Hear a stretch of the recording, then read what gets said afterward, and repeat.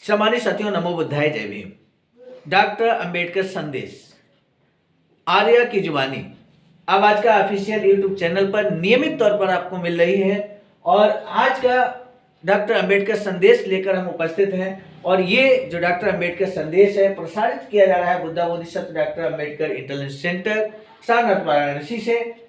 इस डॉक्टर अंबेडकर संदेश के प्रणेता हैं मिशन नायक बुद्धमित्र मुसाफिर सर, राष्ट्रीय महासचिव एवं लेखनी अर्थात जो लेखन का सहयोग करने वाले, यूं कहें कि संपादक के रूप में कार्य करने वाले परम आदरणीय विजय कुमार बौद्ध जी, प्रांतीय कोषाध्यक्ष आवाज का बिहार, और मैं हूं सर्वजीत आर्या, राष्ट्रीय कोषाध्यक्ष आवाज का। तो आज का डॉक्टर अंबेडकर संदेश जो हम आप तक पहुंचाने की कोशिश कर रहे हैं डॉक्टर अंबेडकर संपूर्ण वाङ्मय खंड 39 से और पेज नंबर 342, जिसमें बाबा साहब स्पष्ट तौर पर कहते हैं कि अपनी रक्षा के लिए सुरक्षा दलों का गठन कीजिए। ये बाबा साहब कहते हैं, अपनी रक्षा के लिए सुरक्षा दलों का गठन कीजिए। और बहुत सारी बातें इस संदेश में आपको देखने को मिलेंगी। आइए देख लेते हैं क्या कुछ है, विस्तार से जानने की कोशिश करेंगे। इस डॉक्टर अंबेडकर संदेश को अंत तक जरूर सुनिएगा, यही आपसे निवेदन है। यदि आपने अभी तक हमारे आवाज का ऑफिशियल यूट्यूब चैनल को सब्सक्राइब नहीं किया है तो आपसे यह भी निवेदन है कि इस चैनल को सब्सक्राइब जरूर कर लें। आइए सुनते हैं आज का डॉक्टर अंबेडकर संदेश। सत्य कभी कमजोर नहीं होने देता और ज्ञान कभी दुखी और भयभीत नहीं होने देता। प्रेम किसी से विश्वासघात और घृणा नहीं करने देता।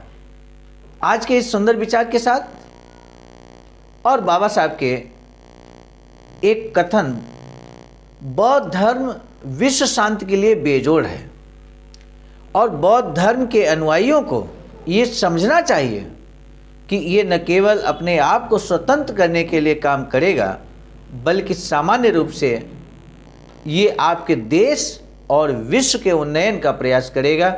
बाबा साहब डॉक्टर भीमराव अंबेडकर के इसी सुविचार के साथ शुरू करते हैं आज का डॉक्टर। रविवार दिनांक 11 जनवरी 1942 को RIN डॉकयार्ड फैक्ट्री के मिलराइट साहब के अस्पृश्य कामगारों की ओर से आयोजित एक समारोह में बोधिसत्व बाबा साहब डॉक्टर भीमराव अंबेडकर द्वारा शुरू किए गए इमारत फंड के लिए 101 रुपयों की थैली अर्पण की गई। सम्मानित साथियों, आज का डॉक्टर अंबेडकर संदेश हम लेकर आए हैं 11 जनवरी 1942 का स्पीच बाबा साहब का। आप इसको विस्तार से जरूर सुनिएगा, वीडियो को अंत तक जरूर सुनिएगा, तभी हम इसके सारांश को समझ पाएंगे। आइए देख लेते हैं क्या कुछ है आज का डॉक्टर अंबेडकर संदेश। सभा के नियोजित अध्यक्ष डॉक्टर बाबा साहब अंबेडकर के आगमन के समय यथा स्थल पर इकट्ठा अपार जन समुदाय ने तालियों की गड़गड़ाहट के और उनकी जयकार ध्वनि को पृष्ठभूमि में डॉक्टर बाबा साहब का अपूर्व स्वागत किया। श्री BS गायकवाड़ ने सभा की शुरुआत की। उन्होंने इस सभा की खासियत यह है कि मेरे मित्र LS रोकड़े ने मिलराइट साहब के अपने 20-25 कामगार बंधुओं की सहायता से ये छोटी सी थैली डॉक्टर बाबा साहब के इमारत फंड के लिए अर्पण की सोची है। साथियों, आगे बाबा साहब कहते हैं, यहाँ पर लिखा है, इसके लिए वह और उनके अस्पृश्य कामगार बंधु अभिनंदन के पात्र हैं। उनके बाद इमारत फंड के महासचिव श्री उपसाम मास्टर का भाषण हुआ। डॉक्टर बाबा साहब के भाषण से पूर्व श्री LS रोकड़े ने बाबा साहब के इमारत फंड में 101 रुपये की थैली अर्पण की। तालियों की गड़गड़ाहट के बीच डॉक्टर बाबा साहब बोलने के लिए उठ खड़े हुए। उन्होंने कहा, भाइयों और बहनों, आज यहाँ इमारत फंड की सभा है, इसलिए मैं खड़ा हूँ। असल में अगर मैं तय करूँ कि जो 100 रुपये देंगे वहाँ हर जगह मैं उपस्थित रहूँगा तो इसके लिए मेरी पूरी ज़िंदगी भी अधूरी पड़ जाए। लेकिन ये 100 रुपये मिलराइट साहब के केवल 22 लड़कों ने ही इकट्ठे किए हैं, ये बड़ी खुशी की बात है। दूसरा कारण यह है कि डॉकयार्ड में बार्डिया विभाग में हमारे 40 और अन्य 100 कामगार हैं। अभी उन्होंने इस काम के लिए अपनी मदद नहीं दी है। मेरे कहने से शायद ये लोग इमारत फंड में सहायता देंगे, ऐसा मुझसे कहा गया है। इसलिए भी मैं यहाँ उपस्थित हुआ हूँ। मैं नहीं जानता कि वे लोग यहाँ उपस्थित हैं या नहीं, लेकिन जो उपस्थित हैं वे अपने अन्य कामगारों से कहकर इन बच्चों द्वारा जो उदाहरण प्रस्तुत किया गया है उसके अनुसार इमारत फंड में सहायता जरूर देंगे। सम्मानित साथियों, यहाँ बार बार इमारत फंड की बात हो रही है। आपके मन में जरूर ये विचार आ रहा होगा कि आखिर बाबा साहब किस इमारत की बात कर रहे हैं। हम आपको बता दें, बाबा साहब ने 1938 से लेकर 1956 तक कई बार प्रयास किया। अक्सर एक इमारत बनाना चाहते थे बाबा साहब मुंबई में, और वो इमारत कैसी हो, वैचारिकी सेंटर के रूप में काम करे। ऐसा इमारत बने मुंबई के अंदर, ऐसा हॉल बने जहाँ पर बहुजन समाज के लोग, अस्पृश्य समाज के लोग वहाँ एकत्र हों, बुद्धिजीवी लोग एकत्र हों, और पूरे देश में हो रहा बहुजनों पर शोषण अत्याचार के खिलाफ रणनीति तैयार करें, और ऐसी ठोस रणनीति तैयार करें और उसको पूरे देश के अंदर उसको लागू करने का कार्य करें। ऐसी इमारत बाबा साहब बनाना चाहते थे। लेकिन आज वर्तमान स्थिति में वो इमारत कहाँ है, कैसी स्थिति में है या नहीं है, इन सब बातों पे हम नहीं जाएंगे। लेकिन बाबा साहब का मैं समझता हूँ ये भी एक अधूरा सपना है, अधूरा मिशन है। इसको भी पूरा हम सभी को करना है, इसको भी हम सभी को करना है। और साथ ही साथ यहीं पर हम आपको बता दें, इसके लिए एक ठोस पहल अखिल भारतीय अनुसूचित जाति जनजाति कर्मचारी कल्याण एसोसिएशन के माध्यम से, आप सभी के सहयोग से, सारनाथ वाराणसी जो कि तथागत बुद्ध की प्रथम उपदेश स्थली है, और बाबा साहब ने अपना अंतिम स्पीच यहीं पर दिया था, सारनाथ वाराणसी में, 24 नवंबर से 28 नवंबर 1956 में। और इस पावन स्थल पर आवाजका के सहयोग से, आप सभी के सहयोग से, वहां पर एक भव्य इमारत का निर्माण कार्य शुरू हो चुका है।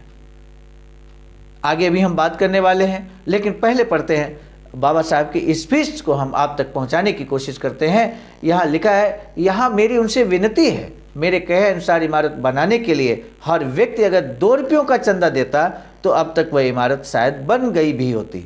इमारत फंड इकट्ठा होने में इतना समय लगना, इसमें शायद कोई संकट है। मेरे पास पैसे इकट्ठा हो भी जाते तो मैं ये इमारत यहाँ बनाता, क्योंकि आजकल के युद्ध जन्य हालात, ये लड़ाई यूरोप के पश्चिम में किसी कोने में शुरू हुई, अब वह पूर्व में हमारे दरवाजे तक आ पहुंची है। बमों के कारण इमारत, शहर जलकर खाक हो रहे हैं।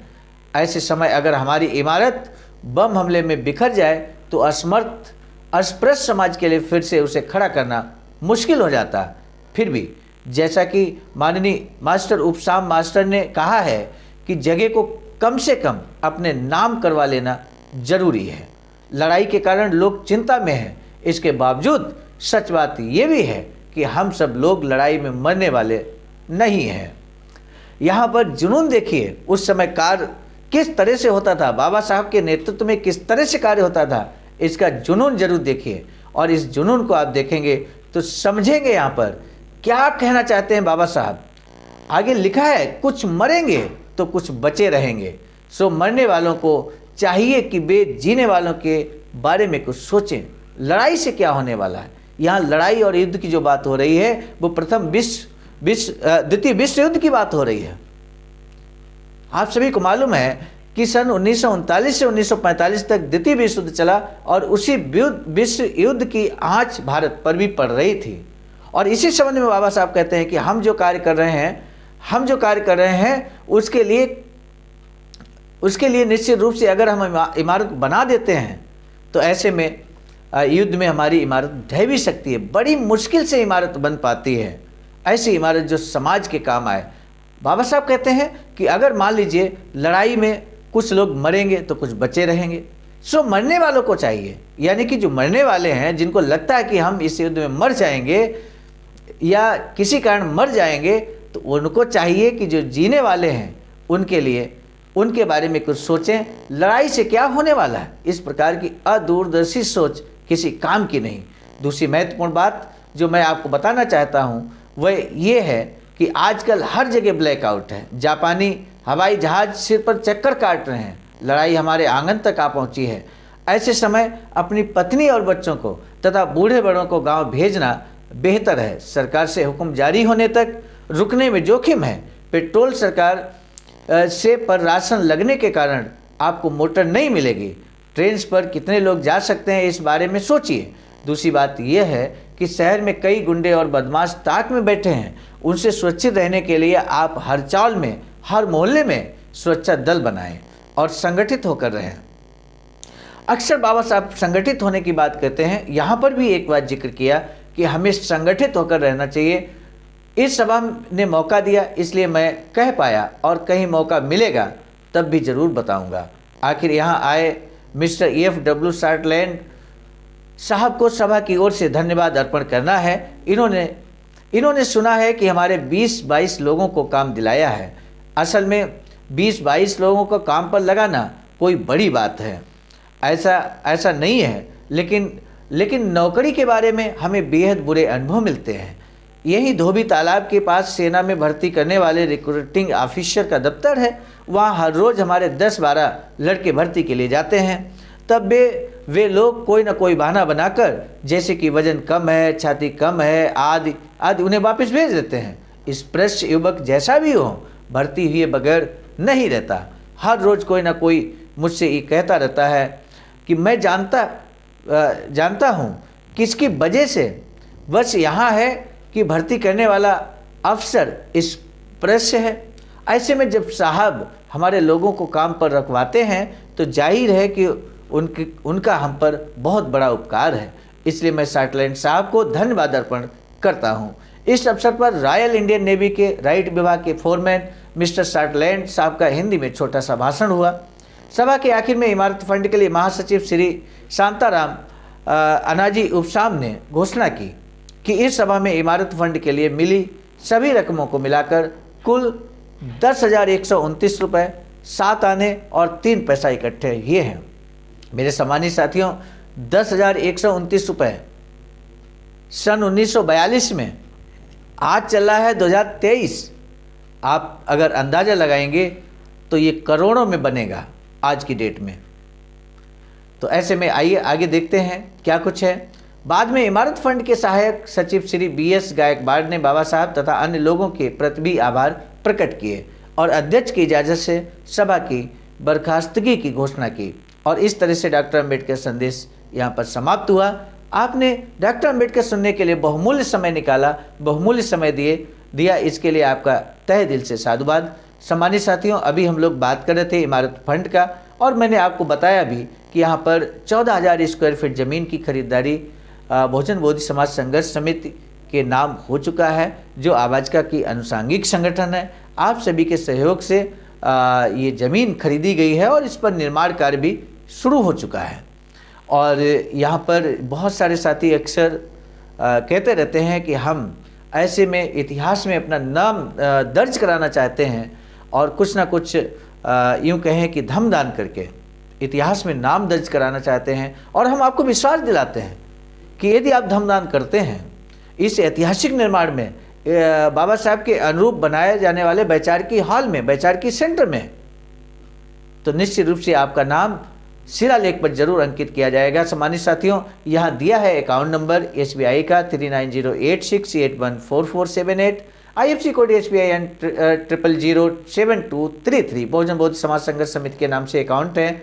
और महत्वपूर्ण सभाओं में आपको राष्ट्रीय प्रांतीय पदाधिकारियों के द्वारा सम्मानित भी किया जाएगा।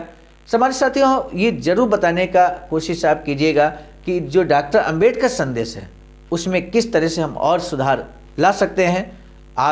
मुझे अपेक्षा है कि आप इसमें ज़रूर सुझाव देंगे, और साथ ही साथ डॉक्टर अंबेडकर संदेश को आपने अंत तक सुना है, इस संदेश को जन जन तक पहुंचाने में आप अपनी भूमिका का भी निर्वहन करेंगे।